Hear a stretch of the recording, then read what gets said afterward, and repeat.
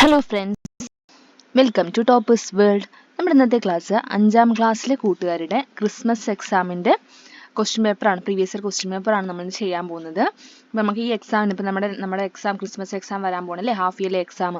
അപ്പോൾ എല്ലാ കൂട്ടുകാരും അതിനുള്ള പ്രിപ്പറേഷനിലായിരിക്കും. അപ്പോൾ നമ്മൾ ഇന്ന് ചെയ്യാൻ പോകുന്നത് നമ്മുടെ മലയാളത്തിൻ്റെ ക്വസ്റ്റ്യൻ പേപ്പറാണ് കേട്ടോ. നമ്മളിന്ന് എഴുതി നോക്കാൻ പോകുന്നത്, നമ്മൾ മോഡൽ ക്വസ്റ്റ്യൻ ആയിട്ട് ചെയ്യാൻ പോകുന്നത് മലയാളത്തിൻ്റെ ക്വസ്റ്റ്യൻ പേപ്പറാണ്, മോഡൽ ക്വസ്റ്റ്യൻ പേപ്പറാണ് കേട്ടോ ഇത് മലയാളത്തിൻ്റെ. അപ്പോൾ നമുക്ക് എന്ത് ചെയ്യാം, ക്വസ്റ്റ്യൻസ് നോക്കാം. ഇതുപോലുള്ള ചോദ്യങ്ങളായിരിക്കും എക്സാമിന് വരാൻ പോകുന്നത്. അപ്പോൾ ഇത് നമ്മുടെ കേരള പാഠാവലിൻ്റെ ക്വസ്റ്റ്യൻ പേപ്പറാണ് കേട്ടോ. അപ്പോൾ നമുക്ക് മൊത്തം എത്ര പ്രവർത്തനങ്ങളാണ് അറിയാലോ, ആകെ 6 പ്രവർത്തനങ്ങൾ ഉണ്ടായിരിക്കും. അതിൽ ആദ്യത്തെ പ്രവർത്തനം നിർബന്ധമായും ചെയ്യേണ്ടതാണ്. ബാക്കിയുള്ള 5 പ്രവർത്തനങ്ങളിൽ 4 എണ്ണം നമ്മൾ ഉത്തരം എഴുതണം. മനസ്സിലായാലും 2 മണിക്കൂറിൻ്റെ എക്സാം ആയിരിക്കും. അപ്പോൾ നമുക്ക് എന്ത് ചെയ്യാം, ഓരോ ക്വസ്റ്റ്യൻസ് ആയിട്ട് പോകാം. നമുക്ക് ഏതെങ്കിലും ക്വസ്റ്റ്യൻസ് നിങ്ങൾ വായിച്ച് മനസ്സിലാവുന്നില്ലെങ്കിൽ നമ്മുടെ ടെക്സ്റ്റ് ബുക്ക് റിലേറ്റ് ചെയ്ത് ചാപ്റ്റർ റിലേറ്റ് ചെയ്തതാണെങ്കിൽ നമ്മുടെ ചാപ്റ്ററിൻ്റെ ക്ലാസ് എടുത്ത് കണ്ടു നോക്കിയാൽ മതി കേട്ടോ. നമുക്ക് ഒന്നാമത്തെ പ്രവർത്തനം എന്താണെന്ന് നോക്കാം. പ്രവർത്തനം 1, വായിക്കാം എഴുതാം. മണിക്കല്ലിനെ പുഴ വീണ്ടും എടുത്തു നടന്നിരുന്നെങ്കിൽ അത് കൂടുതൽ ചെറുതായേനെ. ഏറ്റവും ഒടുവിൽ മണൽത്തരിയായി മാറി കടലോരത്തെ അതിന്റെ സഹോദരങ്ങളുമായി ചേരുമായിരുന്നു. ആ മനോഹരമായ കടപ്പുറത്ത് കുട്ടികൾ പൂഴിമണലിലിരുന്ന് കളിക്കുകയും മണൽ കൊട്ടാരങ്ങൾ പണിയുകയും ചെയ്യുമായിരുന്നു. ഓർത്തു നോക്കൂ, ഒരു മണിക്കല്ലിന് ഇത്രമാത്രം കഥകൾ പറയാനുണ്ടെങ്കിൽ നമുക്ക് ചുറ്റുമുള്ള പാറകൾക്കും പർവ്വതങ്ങൾക്കും മറ്റു വസ്തുക്കൾക്കും പറയാൻ എന്തെല്ലാം കഥകൾ ഉണ്ടാകും. അപ്പോൾ ഇവിടെ ഈ പാരഗ്രാഫ് നിങ്ങൾ കണ്ടില്ലേ, ഇത് വായിച്ചു നോക്കിയിട്ട് അതിൽ നിന്നുള്ള ചോദ്യങ്ങളാണ്, അതിനുള്ളിൽ ഉത്തരമുണ്ട്. ഓക്കെ, അപ്പോൾ കൃത്യമായിട്ട് വായിച്ചു നോക്കാം. ഇതുപോലെ ചോദ്യം നമുക്ക് ഉറപ്പായും എക്സാമിന് പ്രതീക്ഷിക്കാം കേട്ടോ. അപ്പോൾ ഇതുപോലെ എന്തെങ്കിലും പാരഗ്രാഫോ ഒരു ചെറിയൊരു കവിതയോ തന്നിട്ട് അത് റിലേറ്റ് ചെയ്തിട്ടുള്ള 5 ചോദ്യങ്ങൾ ഉണ്ടാവും. അപ്പോൾ അത് വൃത്തിയായിട്ട് വായിച്ചു നോക്കിയാൽ തന്നെ നമുക്ക് എന്ത് കിട്ടും, ഈ 5 മാർക്കും കിട്ടും. മനസ്സിലായല്ലോ. അപ്പോൾ ഒന്നാമത്തെ ചോദ്യം എന്താണ്, അത് കൂടുതൽ ചെറുതായിനെ. ഏത്? പുഴ, പൂഴി, മണിക്കല്ല്, മണൽത്തരി. എന്തായിരുന്നു? മണിക്കല്ല്. രണ്ടാമത്തെ ചോദ്യം, കടലോരത്തെ സഹോദരങ്ങൾ എന്ന് വിശേഷിപ്പിക്കുന്നത് എന്തിനെയാണ്? പർവ്വതങ്ങളെ, പാറകളെ, കടപ്പുറത്തെ മണൽത്തരികളെ. ആരെയാ? മണൽത്തരികളെ. കുട്ടികൾ പൂഴിമണലിൽ ഇരുന്ന് പണിയുന്നത് എന്താണ്? മണിക്കല്ല്, മണൽത്തരികൾ, മണൽ കൊട്ടാരം, പർവ്വതം. എന്താണ്? മണൽ കൊട്ടാരം. പാറകൾക്കും പർവ്വതങ്ങൾക്കും മറ്റു വസ്തുക്കൾക്കും പറയാൻ എന്തെല്ലാം കഥകൾ ഉണ്ടാകും? ആരുടെ കഥ ഓർത്താണ് ഈ പ്രസ്താവന? മണലിന്റെ ആണോ, കടലിന്റെ, മണിക്കല്ലിന്റെ, പാറകളുടെ? മണിക്കല്ലിന്റെ. മണിക്കല്ലിനെ എടുത്തു നടന്നത് ആരാണ്? കടൽ, പാറ, പുഴ, പർവ്വതം. ആരാണ്? പുഴ. അപ്പൊ കണ്ടില്ലേ, ഈ 5 ഉത്തരങ്ങളും നമുക്ക് അത് വായിച്ചു നോക്കിയപ്പോൾ കിട്ടിയതല്ലേ, അതിലുള്ള ഉത്തരങ്ങൾ തന്നെയല്ലേ. അടുത്ത പ്രവർത്തനം എ. പ്രവർത്തനം 2ന് എയും ബിയും ഉണ്ട് കേട്ടോ. എ വായിച്ചു നോക്കുക. യാത്രാനുഭവമാണ്. ഇടുക്കിയുടെ താജ്മഹൽ എന്ന പാഠഭാഗത്തിലുള്ള അഖിലിന്റെയും അമ്മുവിന്റെയും യാത്രാനുഭവങ്ങൾ പരിചയപ്പെട്ടല്ലോ.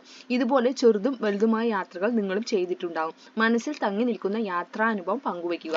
ഇത് നമ്മുടെ ടെക്സ്റ്റ് ബുക്കിലുള്ള അതേ ചോദ്യമാണ് അല്ലേ. ഏത് ചാപ്റ്റർ ആയിരുന്നു? ഇടുക്കിയുടെ താജ്മഹൽ തന്നെ ഉണ്ട് അല്ലേ ആ ചോദ്യം. നിങ്ങളുടെ ഒരു യാത്രാനുഭവം എഴുതാനുള്ള ഒരു ക്വസ്റ്റ്യൻ വന്നിട്ടുണ്ട്. അപ്പൊ നമ്മൾ ഈ ചോദ്യം ടെക്സ്റ്റ് ബുക്കിന്റെ ക്ലാസ് കണ്ടാൽ മതി കേട്ടോ. ഇടുക്കിയുടെ താജ്മഹലിന്റെ ക്ലാസ് നമ്മൾ അപ്ലോഡ് ചെയ്തിട്ടുണ്ട്. അതിൽ നമ്മൾ യാത്രാനുഭവം കൊടുത്തിട്ടുണ്ട്. ഇവിടെ എഴുതേണ്ടത് നിങ്ങൾ നിങ്ങളുടെ ഒരു യാത്രാനുഭവം എഴുതുക. അപ്പം നിങ്ങൾ എവിടെയെങ്കിലും ടൂർ പോയത്, ഫാമിലിയോടെ അല്ലെങ്കിൽ സ്കൂളിൽ നിന്ന് ടൂർ പോയതോ അങ്ങനെയുള്ള നിങ്ങളുടെ ഒരു യാത്രാനുഭവം എഴുതുകയാണ് ചെയ്യേണ്ടത്. ബി പാർട്ട് എന്താണ്? എത്ര മനുഷ്യന്മാർ പണിയെടുത്തിട്ടുണ്ടാവും ഇത് കെട്ടിപ്പൊക്കാൻ? എന്തിനെ കുറിച്ചാണ് ഈ പ്രസ്താവന? താജ്മഹൽ നമ്മുടെ പാഠത്തിൽ പഠിച്ചത് തന്നെയാണ്. ഇടുക്കിയുടെ താജ്മഹലിൽ തന്നെയാണ് കേട്ടോ. Taj Mahal, Idukki dam, Mullaperiyar dam, കുറത്തിമല. ഏതാണ് പറയുന്നത്? ഏതിനാ? ഇടുക്കി ഡാമിനെ കുറിച്ചാണ് അവിടെ പറയുന്നത് അല്ലേ. മൂന്നാമത്തെ പ്രവർത്തനം കത്താണ്. ചിത്രത്തിൽ ആരെയൊക്കെയാണ് കാണുന്നത്? പോസ്റ്റ്മാനെ, വീട്ടമ്മയെ, കുഞ്ഞിനെ അല്ലേ. കത്തുകളിലൂടെ വിവരങ്ങൾ കൈമാറിയിരുന്ന കാലം നമുക്കുണ്ടായിരുന്നു. ഇപ്പോൾ മൊബൈൽ ഫോൺ സന്ദേശങ്ങളുടെ കാലമാണല്ലോ. കത്തെഴുത്തിന്റെ സുഖം അറിയണമെങ്കിൽ അത് എഴുതുക തന്നെ വേണം. ഓണാഘോഷത്തെക്കുറിച്ച് പ്രിയ സുഹൃത്തിന് കത്ത് തയ്യാറാക്കുക. അപ്പൊ എന്താ ചെയ്യേണ്ടത്? കത്ത് എഴുതാനാ പറയുന്നില്ലേ. ഇതൊരു കോമൺ ആയിട്ടുള്ള ഒരു ക്വസ്റ്റ്യൻ ആണ്. നമ്മുടെ ടെക്സ്റ്റ് ബുക്ക് റിലേറ്റ് ചെയ്തിട്ട് വന്നൊന്നുമല്ല. എന്താണ്? ഒരു കോമൺ ക്വസ്റ്റ്യൻ ആണ്. എന്താണ് വന്നിരിക്കുന്നത്? ഒരു കത്ത് തയ്യാറാക്കണം. ടോപ്പിക് എന്താണെന്ന് വെച്ചാൽ ഓണാഘോഷം. അപ്പൊ നിങ്ങളുടെ സ്കൂൾ ഓണാഘോഷമൊക്കെ കഴിഞ്ഞു, അത് റിലേറ്റ് ചെയ്ത് എന്തൊക്കെയായിരുന്നു ഓണപരിപാടികൾ, എന്തൊക്കെയായിരുന്നു, എങ്ങനെയായിരുന്നു ഓണം ആഘോഷിച്ചതെന്നൊക്കെ ഉൾപ്പെടുത്തിയിട്ട് നിങ്ങളുടെ പ്രിയപ്പെട്ട സുഹൃത്തിന് നിങ്ങൾ എന്ത് ചെയ്യാണ്? ഒരു കത്ത് തയ്യാറാക്കണം. മനസ്സിലായല്ലോ. അപ്പൊ കത്ത് തയ്യാറാക്കുമ്പോൾ നമ്മൾ ശ്രദ്ധിക്കേണ്ട കാര്യം, ആർക്കാണ് കത്ത് തയ്യാറാക്കണമെന്ന് എഴുതണം അല്ലെ. അപ്പൊ നമ്മൾ സുഹൃത്ത് എന്ന് പറയുമ്പോൾ ആദ്യം തന്നെ നമ്മൾ സ്ഥലവും ഡേറ്റും എഴുതുന്നു. എന്നിട്ട് എന്ത് എഴുതണം? ആർക്കാണ്? അതായത് നമ്മുടെ സുഹൃത്തിനാണെങ്കിൽ എന്താണ്? ബഹുമാനപ്പെട്ട സുഹൃത്തിന് എന്ന് പറയുമോ? ഇല്ല, പ്രിയപ്പെട്ട സുഹൃത്തിന്. പേരുണ്ടെങ്കിൽ എന്താണ്? പ്രിയപ്പെട്ട വിമലിന്, അല്ലെങ്കിൽ പ്രിയപ്പെട്ട കാർത്തികയ്ക്ക്, അങ്ങനെ പേരുണ്ടെങ്കിൽ അങ്ങനെ പേര് കൊടുക്കാം. അല്ലെങ്കിൽ പ്രിയപ്പെട്ട സുഹൃത്തിന് എഴുതിയാലും ശരിയാണ്. ഓക്കെ, എന്നിട്ട് നമ്മൾ വിഷയം എന്താണെന്ന് എഴുതുന്നത് ആദ്യം തന്നെ നമ്മൾ ഓണാഘോഷത്തെ കുറിച്ച് പറയാമല്ലോ അല്ലെ. സുഖവിവരങ്ങൾ അന്വേഷിക്കും. അതിനുശേഷം നമ്മൾ എന്ത് ചെയ്യും? ഓണാഘോഷത്തെ കുറിച്ച് എഴുതുന്നു. അവസാനം ക്ലോസ് ചെയ്യുന്നത് എങ്ങനെയായിരിക്കണം? എന്ന് നിങ്ങളുടെ പേര്, എഴുതിയ ആളുടെ പേര് എഴുതുക. അപ്പോൾ ഇങ്ങനെയാണ് നമ്മൾ എന്ത് ചെയ്യേണ്ടത്, ഒരു കത്തിൻ്റെ എങ്ങനെയാണ് ഒരു എഴുതേണ്ട ഒരു ഫോർമാറ്റ് എന്ന് പറയുന്നത്. അപ്പോൾ സുഹൃത്തിന് എഴുതുന്ന കത്താണല്ലേ, അപ്പോൾ ഫോർമൽ ആയിട്ടുള്ള ഒരു കത്തൊന്നും ആയിരിക്കില്ല, നമ്മുടെ പ്രിൻസിപ്പളിന് എഴുതുന്ന കത്ത് പോലെ അങ്ങനെയൊന്നും അല്ല അല്ലേ. അപ്പോൾ നമ്മുടെ സുഹൃത്തിന് എഴുതുന്ന ഒരു കത്താണ് കേട്ടോ. ഇപ്പോൾ ഓണാഘോഷമാണ് വിഷയം. അടുത്ത 4ാമത്തെ പ്രവർത്തനം എയും ബിയും ഉണ്ട്. ഇവിടെയും 2 പാർട്ട് ഉണ്ട്. എ വിവരണം തയ്യാറാക്കുകയാണ് ചെയ്യേണ്ടത്. അപ്പോൾ ഇവിടെ ആർദ്ര എസ് എഴുതിയ ഒരു കവിതയാണ് കൊടുത്തിരിക്കുന്നത്. പെരുമഴ എന്ന കഥയല്ല, കവിതയാണ്. കവിതയുടെ പേര് പെരുമഴ. മഴ മഴ പെരുമഴ പെയ്യുന്നു, കളകളനാദം ഉയരുന്നു, ഇടിയുടെ ശബ്ദം കേൾക്കുന്നു, മിന്നാമിന്നികൾ പാറുന്നു, പെരുമഴ കുത്തി ഒലിക്കുന്നു, കുട്ടികൾ തുള്ളി ചാടുന്നു. പെരുമഴയെക്കുറിച്ചാണ് ഈ കവിത. പുഴയുടെ കൂട്ടുകാരിയായ ചാറ്റൽ മഴയെ മഴ ചാറുമ്പോൾ എന്ന കവിതയിലൂടെ പരിചയപ്പെട്ടല്ലോ അല്ലേ. മഴ ഇഷ്ടപ്പെടുന്നവരും അല്ലാത്തവരും ഉണ്ടാകാം. മഴ തോർന്നൊഴിയുമ്പോഴുള്ള അവസ്ഥയെക്കുറിച്ച് വിവരണം തയ്യാറാക്കുക. മഴ തോർന്നു കഴിഞ്ഞാൽ എന്തായിരിക്കും നമ്മുടെ ചുറ്റുപാട്, നമ്മൾ എന്തൊക്കെയാണ് കാണുക എന്നൊക്കെ ചേർത്തിട്ട് ഒരു പാരഗ്രാഫ്, ഒരു ചെറിയൊരു വിവരണമാണ് തയ്യാറാക്കേണ്ടത്. മനസ്സിലായല്ലോ. അടുത്തത് ബി ചോദ്യം, കൃഷിയുമായി ബന്ധപ്പെട്ട പഴഞ്ചൊല്ല് ഏത്? ഇവിടെ കുറച്ച് പഴഞ്ചൊല്ല് കൊടുത്തിട്ടുണ്ട്. അതിൽ കൃഷിയുമായി ബന്ധപ്പെട്ട പഴഞ്ചൊല്ല്: മിന്നുന്നതെല്ലാം പൊന്നല്ല, മണ്ണ് പൊന്നാക്കണം, പൊന്നുരുക്കുന്നിടത്ത് പൂച്ചയ്ക്ക് എന്ത് കാര്യം, പൊന്നും കുടത്തിന് പൊട്ടു വേണ്ട. ഏതാണ് ഉത്തരം? എന്താണ്? മിന്നുന്നതെല്ലാം കൃഷിയുമായി ബന്ധപ്പെട്ട പഴഞ്ചൊല്ലാണ് അല്ലേ. കൃഷിയുമായി ബന്ധപ്പെട്ട പഴഞ്ചൊല്ലാണ്. നമ്മൾ ഇവിടെ തെറ്റി കൊടുത്തതാണ്. മിന്നുന്നതെല്ലാം പൊന്നല്ല എന്നല്ല. എന്താണ് ഉത്തരം? എന്താണ്? അതെ, മണ്ണ് പൊന്നാക്കണം കേട്ടോ. ഇതല്ല, ഇതാണ് ഉത്തരം.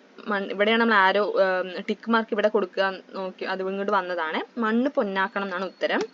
അടുത്തത് 5ാമത്തെ പ്രവർത്തനം. അതിനും 2 പാർട്ട് ഉണ്ട്. എ ഉണ്ട്, ബി പാർട്ട് ഉണ്ട്. എ പാർട്ട് പ്രസംഗമാണ്. ഓക്കെ, ഇപ്പൊ ശ്രദ്ധിച്ച്, പ്രസംഗം കുറച്ച് വലിയ ക്വസ്റ്റ്യൻ ആണ്. ലഘു പ്രസംഗമാണ് തയ്യാറാക്കേണ്ടത്. എന്തിനെക്കുറിച്ച് പ്രസംഗം തയ്യാറാക്കേണ്ടത് വായിച്ചു നോക്കാം. ഇപ്പോൾ മഴയും പുഴയും കാറ്റും കിളിയും എല്ലാം ഒന്നിച്ചു തുഴയുന്നുണ്ട്. ഇനി അവർ തനിച്ചാവുമോ? കുടയോളം ഭൂമി എന്ന യൂണിറ്റിലെ ഭൂമി എന്ന കവിതയിലെ ഈ വരികൾ നിങ്ങൾ ഓർക്കുന്നില്ലേ? ഇനി അവർ തനിച്ചാവുമോ എന്ന ചോദ്യം നമ്മളോടാണ്. പ്രകൃതി നേരിടുന്ന ആശങ്കകളാണ് ഇവിടെ തെളിയുന്നത്. മനുഷ്യനും പ്രകൃതിയും എന്ന വിഷയത്തെക്കുറിച്ച് ലഘു പ്രസംഗം തയ്യാറാക്കുക. ആരൊക്കെയാണ്? മനുഷ്യനും പ്രകൃതിയും എന്നാണ് നമ്മുടെ ടോപ്പിക്. അപ്പൊ പ്രസംഗമാണ് അല്ലേ. നമ്മൾ സ്കൂൾ അസംബ്ലിയിൽ അവതരിപ്പിക്കാനുള്ള പ്രസംഗമാണെങ്കിൽ നമ്മൾ എന്തായിരിക്കണം, എങ്ങനെയാണ് അഭിസംബോധന ചെയ്യുക? ആദ്യം എല്ലാവരും നമ്മൾ അഭിസംബോധന ചെയ്യണം അല്ലേ. അപ്പൊ ആദ്യം നമസ്കാരം പറയണം. നമസ്കാരം ആർക്കാ നമസ്കാരം? ബഹുമാനപ്പെട്ട ടീച്ചേഴ്സിനും കൂട്ടുകാർക്കും എല്ലാവർക്കും എന്താണ്, നമ്മൾ ആദ്യം തന്നെ നമസ്കാരത്തിന് തുടങ്ങുക. എന്നിട്ട് നമ്മുടെ വിഷയം, നമ്മൾ ലഘു പ്രസംഗമാണ്, സോ ഒരുപാട് വാരി വലിച്ച് എഴുതേണ്ട ആവശ്യമില്ല. കുറച്ച് ഡീറ്റെയിൽസ് എഴുതിയ ശേഷം, വിഷയം എന്താണെന്നുള്ള കാര്യങ്ങൾ എഴുതിയ ശേഷം അവസാനിക്കുന്നത് ക്ലോസിങ് എങ്ങനെയായിരിക്കണം? അതെ, നന്ദി പറഞ്ഞിട്ടായിരിക്കണം അവസാനിപ്പിക്കേണ്ടത്. മനസ്സിലായല്ലോ. അടുത്തത് ബി പാർട്ട്. താഴെ വീഴുകയിലാൽ ആകൃതി മാറും. ആർക്ക്? അതായത് നമ്മുടെ കവിതയിലെ വരികളാണ്. ഇപ്പൊ ഇത് ഉത്തരം നിങ്ങൾക്ക് അറിയാലോ അല്ലേ. അപ്പൊ എന്ത് ചെയ്യുക? ഇതിന്റെ ഉത്തരം ഒന്ന് കമന്റ് ചെയ്യുക കേട്ടോ. അടുത്തത് 6ാമത്തെ പ്രവർത്തനം, അനുഭവക്കുറിപ്പ്. നീർനാഗം എന്ന പാഠഭാഗത്തിൽ ബഷീർ ചെയ്ത കുസൃതി എല്ലാവരും ചിരിപ്പിച്ചതാണല്ലോ.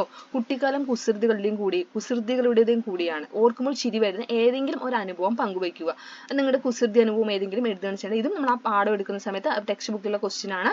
അനുഭവക്കുറിപ്പ് നമ്മൾ ചെയ്തിട്ടുണ്ട് ഈ ക്വസ്റ്റ്യൻ കേട്ടോ. അപ്പൊ നിങ്ങളുടെ ഏതെങ്കിലും ഒരു ചിരി അനുഭവം, കുട്ടിക്കാലത്തെ കുസൃതിയുമായി ബന്ധപ്പെട്ട, അതായത് നിങ്ങൾ ഇപ്പോഴുള്ള ഏതെങ്കിലും കുസൃതി അനുഭവം കേട്ടോ, ധാരാളം ഉണ്ടാവുമല്ലോ അല്ലേ.